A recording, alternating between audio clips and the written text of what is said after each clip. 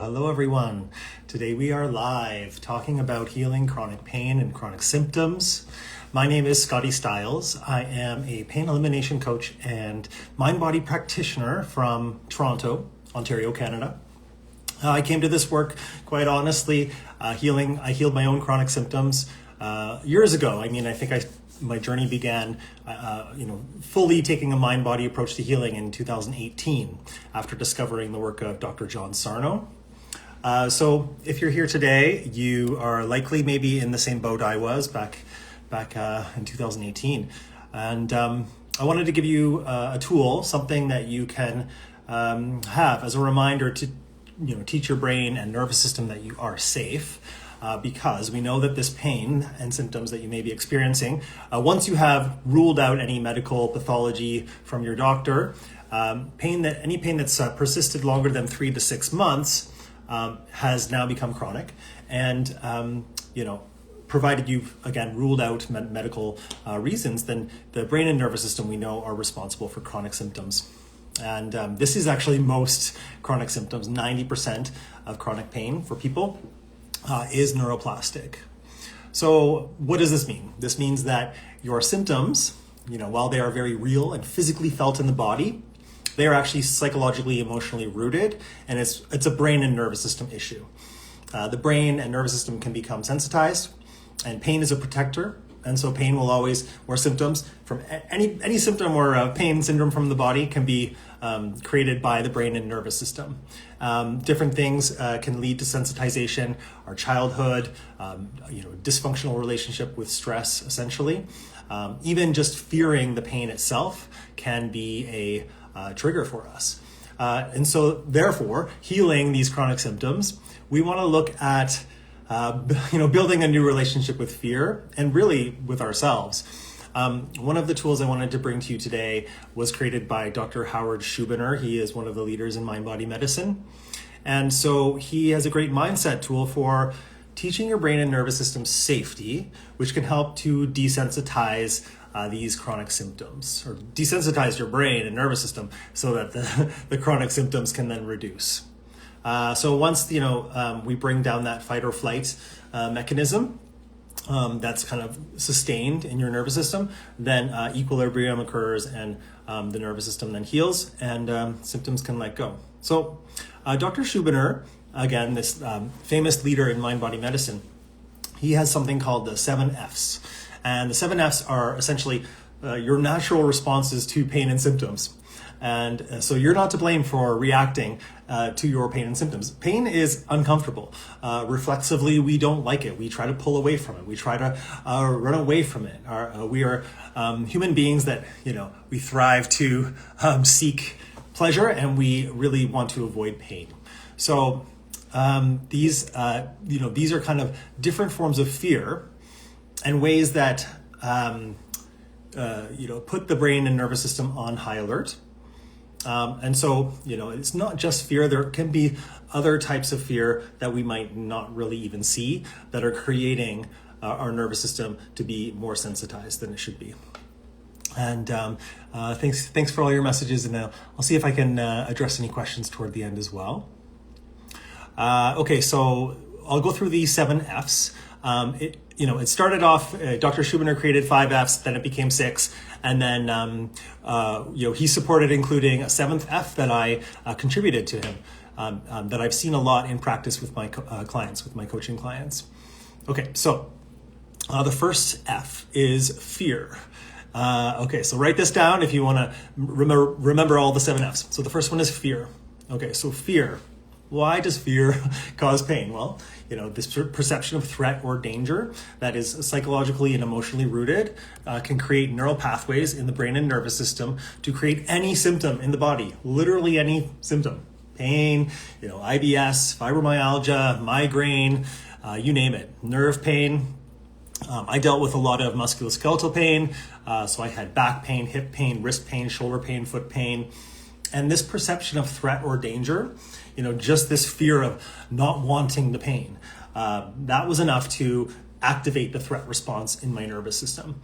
And then it became sensitized. So the brain started to learn this neural circuit and just repeated it over and over and over again, like a habit. This is why we call these symptoms neuroplastic. Okay, so this fear continues to drive symptoms. What happens is you may experience a sensation in the body, and there is no tissue damage at all, but you're feeling an uncomfortable sensation.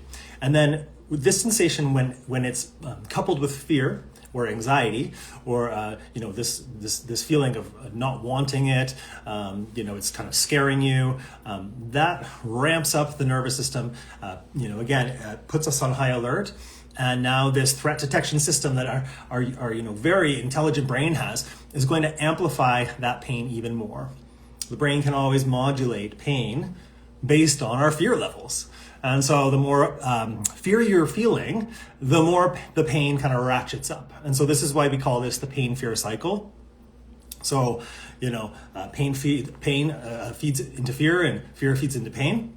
And so the goal here would be to recognize when we are in this fear-based thinking, even if you're believing your pain is structurally caused still, and you're on this fence of, is it my body? Is it structural? That fear in and of itself of it being tissue damage can create real physical symptoms in the body as well. We've got a lot of neuroscience to explain this phenomenon. And then, of course, if you have this fear, even if you know it's neuroplastic, and you have this fear of, I need this to go away, you're scaring yourself. That is putting your brain on high alert. And so this fear, again, we want to get off this fear cycle. One way to do this is we can send ourselves messages of safety.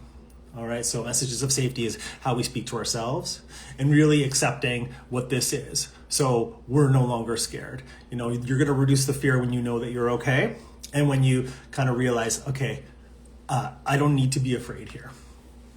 All right. The second F that I wanted to speak on is focus. Okay, so focus, we're talking here about neuroplasticity and neuroplastic symptoms. So focus, Hebb's law is neurons that fire together wire together. So through neuroplasticity, which essentially means your brain has this ability to make and form new connections through learning and habit. The brain is adaptable and can change. And so what happens here with the neuroplastic symptoms, as I mentioned, the brain can learn these neural circuits. And then without our conscious awareness, it is just repeating this in a loop. It seems like we can't get off this train. And it seems like, every 5 seconds we're focused and checking in. Is it still there? Is it still there? Is it still there? This becomes almost like OCD of having a symptom that we just really don't want. And, unintentionally, well-meaning, of course, we want our symptoms to go away. But, we think by checking in on it, like, is it any better? I don't know. This unintentionally reinforces the neural circuits of pain.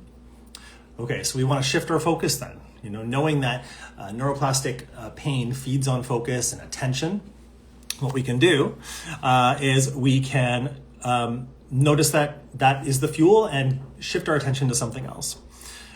We want to view these sensations as neutral, even though we don't like them, as best as we can, and shift our attention to something more meaningful. A lot of practitioners in this field, we are always talking about, we want to live our lives now. We don't want to wait for the pain to go away to live our lives. Okay, so what can you focus on that's more important than the pain? And it can be something so small. It doesn't have to be, I need to, find a new career or a whole new friend group or anything enormous in this sense. You can literally... one day I woke up, I was in a pain flare. I had constant pain really. And I just decided I'm gonna walk outside and I'm just gonna walk down the street and I'm just gonna choose a new direction to walk. It was enough to kind of play with, different parts of my brain to have a little more curiosity and just to give my brain sort of a new stimulus. All right, so we get out of our own thinking, we get out of this, repetitive focus as much as we can. Okay, there are times that we can focus on the pain, and sometimes we do want to focus on it, but this would be in an intentional practice through something called somatic tracking. And I can talk about somatic tracking on another video, but in general, for the most part, we don't want to be trying to, do anything with the symptoms in terms of focusing on them, because we want to communicate to our nervous system that the symptoms are not a problem. There's nothing to fix. You're not broken, and we don't need to focus on them in order to get rid of them, because they will dissolve and digest in your system once we stop feeding it this fuel of focus. Alrighty, so the third F that I want to speak on is frustration. Okay, so frustration, being frustrated with your symptoms, thinking, oh my goodness, I need this to go away. Again, this is creating a perception of danger, this threat response in your nervous system. It's really hard to desensitize the brain, but if we're frustrated and we have this resistance to the symptoms, they will persist.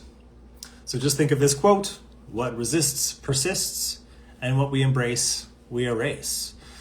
So if you're feeling frustrated, is there a way that we can not buy into this frustration? It's really hard to. Frustration is a habit as well. If we're so used to being frustrated by, emotional things in our lives in general. Maybe we have a frustrating job, and we have, people can be frustrating. The world can be frustrating. And just noticing, frustration that are either with the pain or frustration in our lives can be putting our brain on high alert. I have an interesting, funny story that I sometimes share with clients is when I was struggling with a lot of chronic pain. I remember going to the grocery store, and if you're ever trying to choose the fastest line, and so I would choose one line, and then all of a sudden I would look over and see that the other line was moving faster, and I would have this frustration inside me, thinking, I need to be moving faster. Why, I chose the wrong line, and now here I am beating myself up and criticizing myself for not choosing that faster line, and thinking, oh man, and now I'm being hard on myself and I'm being frustrated. In hindsight, my pain was actually ratcheting up in those moments. And so now looking back, wow, isn't that wild? Just by being frustrated and being hard on myself, I was activating the danger neural circuits in my brain, that creates these pathways for pain. So my hip pain and my back pain was increasing as I was getting more frustrated with my circumstances of being in the wrong line, the wrong line at the grocery store. So, I guess we can maybe, really step back in certain situations and think, I don't know, is this something worth being frustrated over?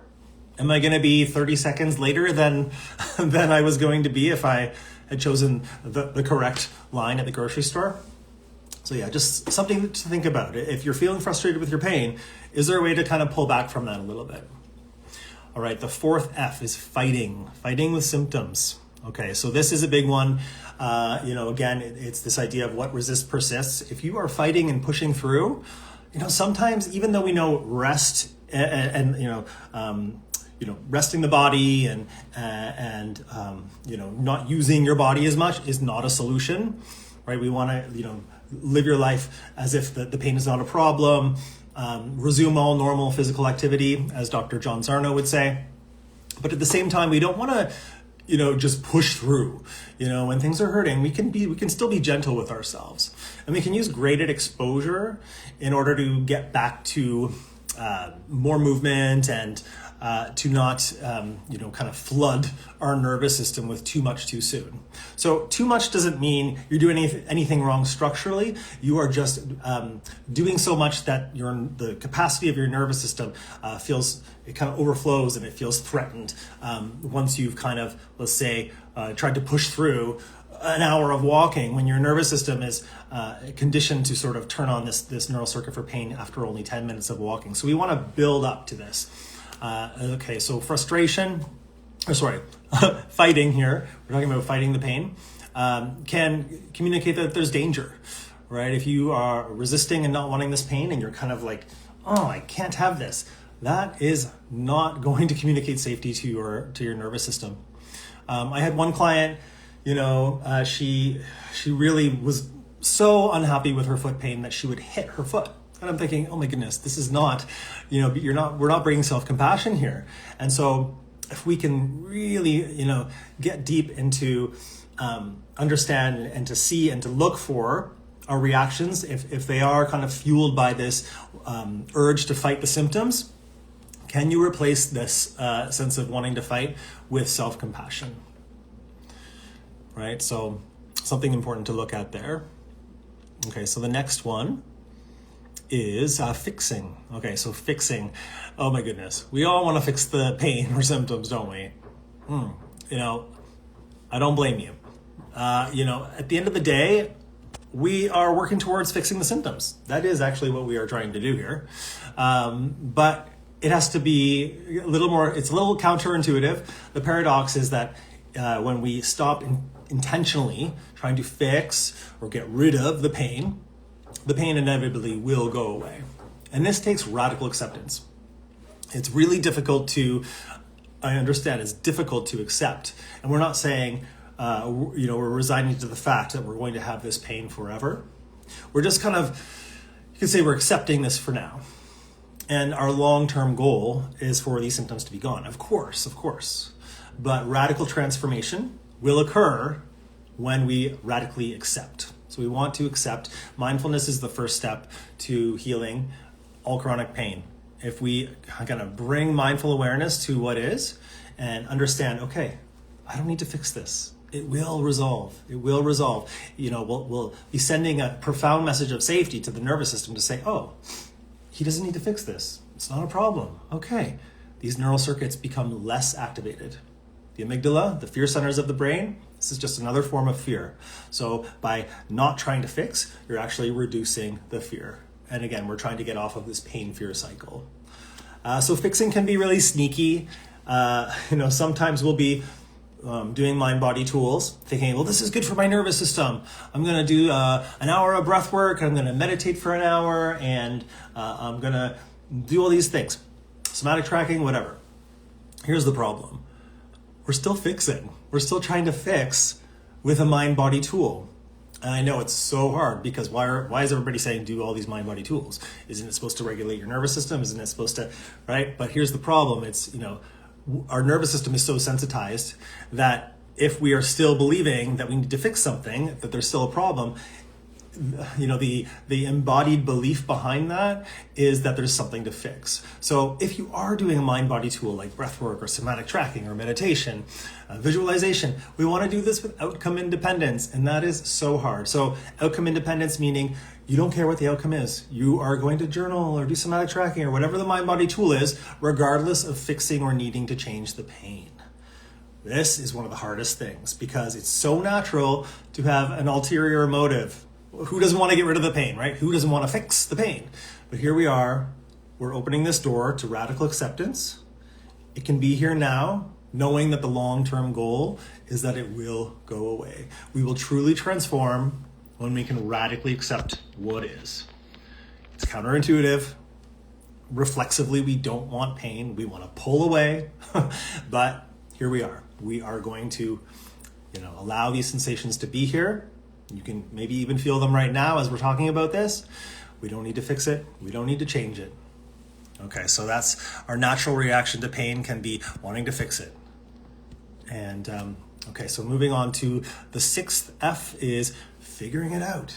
Okay, so once we've discovered, hey, I think I have this neuroplastic symptom thing going on. My brain and nervous system is generating these symptoms. Okay, now I need to figure out why, or now I need to figure out how to heal, or now I need to figure out what emotion is causing this. What repressed emotion is this? And, what's my trauma? What's this trauma that I had growing up? Do I have amnesia? Can I even, remember my trauma? Did I repress it so much that I blocked it out of my consciousness? You know what? Most of the time it's not that deep. Most of the time, just realizing, hey, I don't need to figure it out, sends a profound message of safety to your brain and nervous system.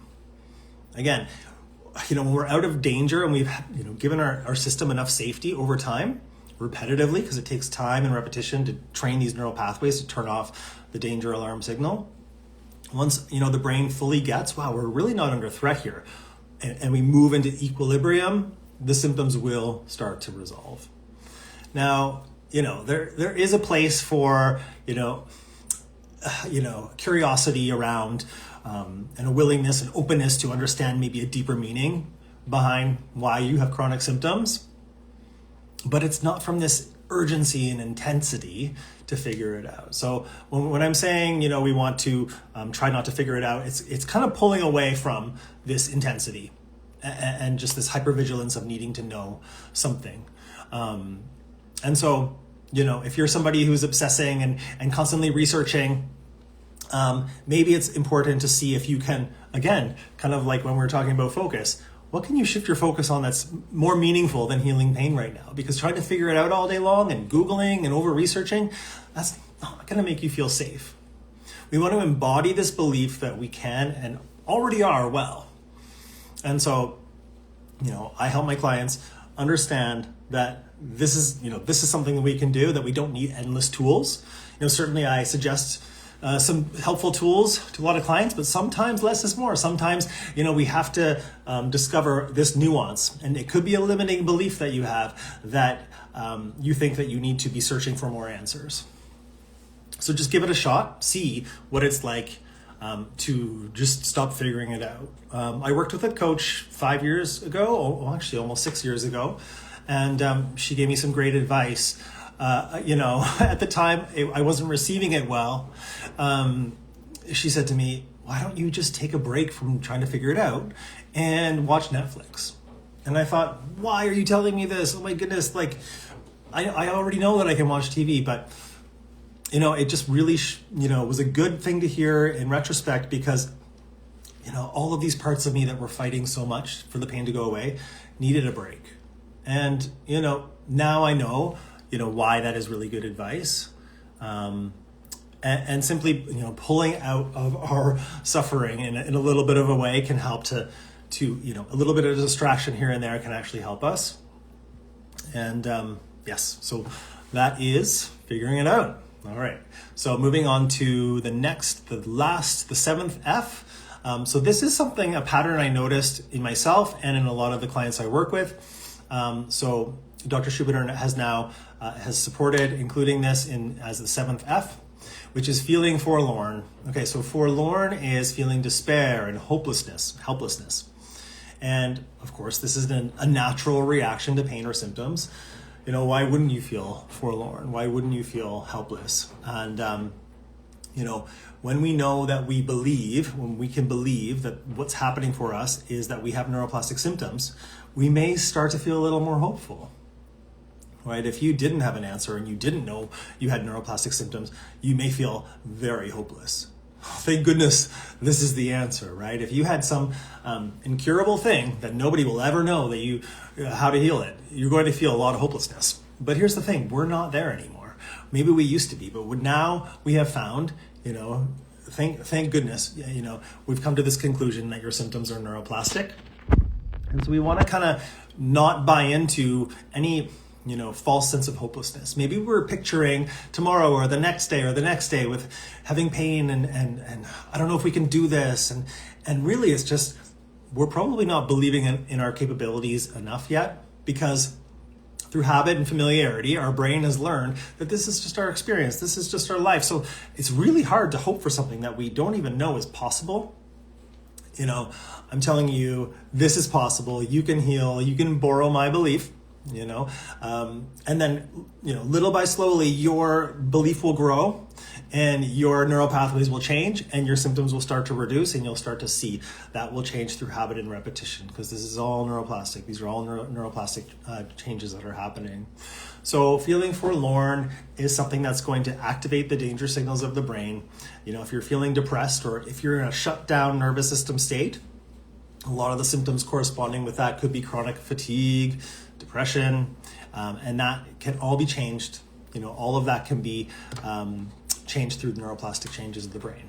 Okay, so feeling forlorn, we want to replace this with hope and optimism, because we know the truth. The truth is you can heal, right? So thinking of your pain as kind of pushing you down, I think this is kind of like an abstract analogy, but let's just say you're down here and it feels as though there's something pushing you down and you're hopeless and you can't get out and you can't rise above.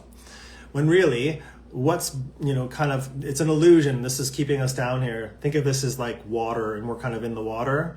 Well, what maybe a fish doesn't realize is that there's a whole other world up here. And so we want to kind of bring this to mind, that we can feel and think, greater than our pain.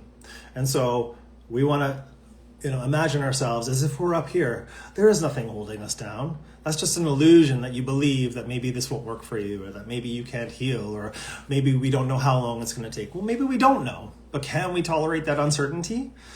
Of course we don't want the pain, but the more we can kind of tolerate that it's going to be here for now, and as soon as we stop trying to poke at it or fix it or change it or feel depressed about it, it will change. So picture yourself rising above, believing in yourself, knowing that you can do this. It's not going to happen instantly. You're not just going to say, okay, fine, I'm just going to believe right now and I'm going to feel great.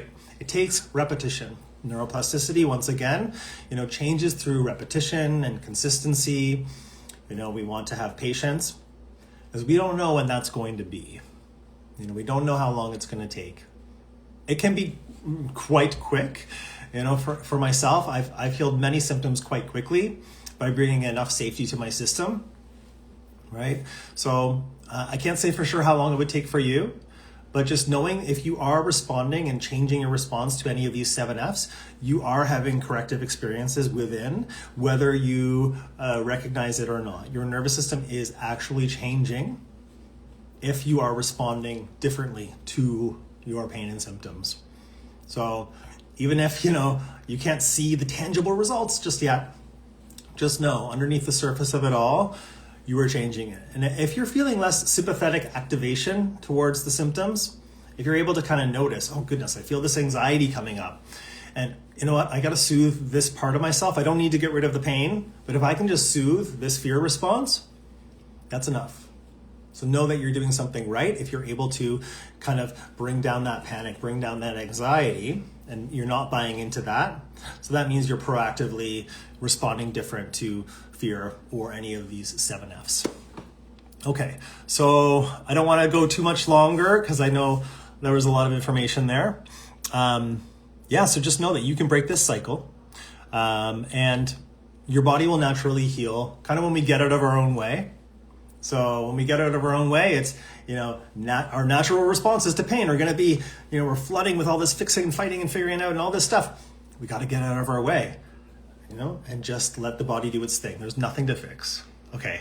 I know I said I was going to go through some questions here. Let me just scroll up to the beginning and I'll see if I can answer a few.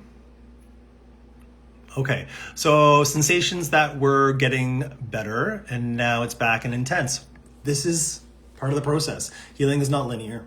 Okay, so sometimes the pain is going to try to work as a diversion tactic. Maybe there's some new emotional threat. Maybe there's a part that we're kind of doubting in our ability to heal, and then the symptoms can be more intense. You can have an extinction burst where the symptoms actually crank up really, really, really loud to try to sort of get our attention and scare us one more time until they just finally burst. They just go away. So it's kind of like your brain is doing this thing, and your brain and nervous system creating that neural circuit. It's getting more and more intense because it's really trying its best to get your attention. And then when you have deprived its fuel source of any of these 7Fs, it will eventually give up. Okay, so just because it's more intense now doesn't mean you've done anything wrong. Healing's not linear. This can happen. My journey was extremely non-linear, and don't buy into the fact that there could be anything new or wrong with you just because it came back. So the same process applies. All right, so I had symptoms come back more often when I was terrified of having a flare. Absolutely. If you're anticipating pain to come back, of course, that that can... Essentially, you're creating a future that you don't want by anticipating these things. So all your brain hears, it doesn't hear, don't give me pain. It just hears pain. It just hears, here's this embodied state of how you are going to feel if you're anticipating it. And that becomes a nocebo. So the brain will create what you don't want through expectation. The more you begin to eliminate the fear and feel indifferent to symptoms, the less you get. That's exactly it. If you can build some indifference, replace your fear with indifference, neutrality, curiosity, you'll be deactivating the threat response. All right, I'm just scrolling down. Hello to everyone here. All right, okay, yeah, somebody asked, what if you have very obvious trauma? Okay, well, trauma absolutely will shape who we are, and it can sensitize your brain and nervous system at a younger age. Now, I'm not a therapist, but I do recommend if people are working through trauma to seek therapy. That said, we don't always necessarily need therapy. You know, I've had trauma in my life, but what we can do is understand and change our relationship to that trauma. All right, so you can't change what happened to you, but what happened to you has sensitized your nervous system to be hypervigilant and on guard. Walking down the street, you're more likely to jump. Think of it like that. And so now when you're experiencing a new symptom or sensation, that's your reaction because you've experienced trauma. It's shaped your brain, and all of your experiences leading up till now are as if they're constantly happening within your system. And so we can actually train your mind-body system, it's all one unit, to be less reactive, less sensitive to new sensations and whatnot. Okay, so, on one hand, yes, healing trauma with a therapist can be helpful, but, we don't always need to do that. Sometimes a mind-body coach like myself can help you realize and understand that, you don't need to be identified with this trauma. Bad things happen to so many of us. And we can learn to see that isn't something that we need to hold on to, and we can change our nervous system's reaction to things because the brain and nervous system is neuroplastic, right? So it's learned how to survive based on the trauma you've gone through, and we can teach our brain and nervous system to adapt and respond differently by teaching it and giving it cues of safety to recognize that, it's just a perception of danger that we feel as though we may be under threat. All right, I hope that answered your question. Can you ever overdo it with mind-body content and recovery stories? Well, yeah, that would be trying to figure it out. That would be one of the 7 F's. So, recovery stories will provide some sense of reassurance, some psychoeducation that we know what's going on here. Hearing and listening to people that have gotten better gives you hope. It pulls you out of the other F, the 7th F, which is feeling forlorn. So it can be really helpful, especially if you're really still new to this work and really trying to increase your buy-in, right? But I would, what is too much to you? I mean, it depends on the individual. I still listen to recovery stories because I'm super, super interested in them. Do I listen to more than one a day? Or, definitely not. Because they're all the same, if you think about it. Everybody's stories are all the same. There is some element of suffering, psychologically and emotionally, and we're recognizing that the pain's not caused by any ongoing tissue damage. And so at a certain point, we want to live our lives again knowing that the pain is not a problem. And over-researching and over-podcast listening and all this kind of stuff could be, fueling this urgency and this urge to want to fix and figure it out. So, yeah, you need to be the judge of this and experiment. Pull back and see what happens. See if you can, listen to a different type of podcast or music or nothing at all. Can you sit and be with yourself? This work is building self-trust and building safety with yourself. And this is really hard to do because we want to be constantly stimulated. I get it. I still want to constantly be stimulated. But I know that in times where I have chronic symptoms, it's kind of a message to say, whoa, you're taking in a lot and your nervous system is feeling overwhelmed. And if we want to understimulate ourselves, let's try to reduce something. Let's go for a walk without music or a podcast right now. Alrighty, so that's something to experiment and explore with. Okay, another question. Yes, same about the recovery stories. The reassurance. Yeah, we want to be reassuring ourselves. You know the answers. You know yourself best. Okay. How to respond during pain and anxiety. Well, I think, most of this video will kind of answer that question that, there are many ways to respond during pain and anxiety, but this is one that I'm bringing you today. So, I hope this was helpful for you today, and you can review and listen to this again and take a note of each of the 7 F's. It's easy to remember. I'll go through them one more time, and then just think, have some curiosity and mindfulness around how your day is going. Set a reminder for yourself We might kind of forget tomorrow, oh, I forgot to do that thing. You could set a reminder. We don't have to do this all day long, but maybe have a check-in with yourself once a day. We don't need to be obsessing about healing, but once a day, just kind of think, where has your mind been at? We have 70,000 subconscious thoughts a day. Our mind kind of wanders and goes places. Okay, so if you are doing this check-in, just try to see, have you been unintentionally engaging in any of these 7 F's? So fear, focus, frustration, fighting, fixing, figuring it out, and feeling forlorn. And you can be the judge of this. Again, you know yourself best. And you can absolutely heal when you get out of your own way. All right. Thank you, everyone. And I will see you next time. Oh, if you have any other questions, put it in the comments here and feel free to send me a DM as well. And I'm happy to get back to you. All right. Take care.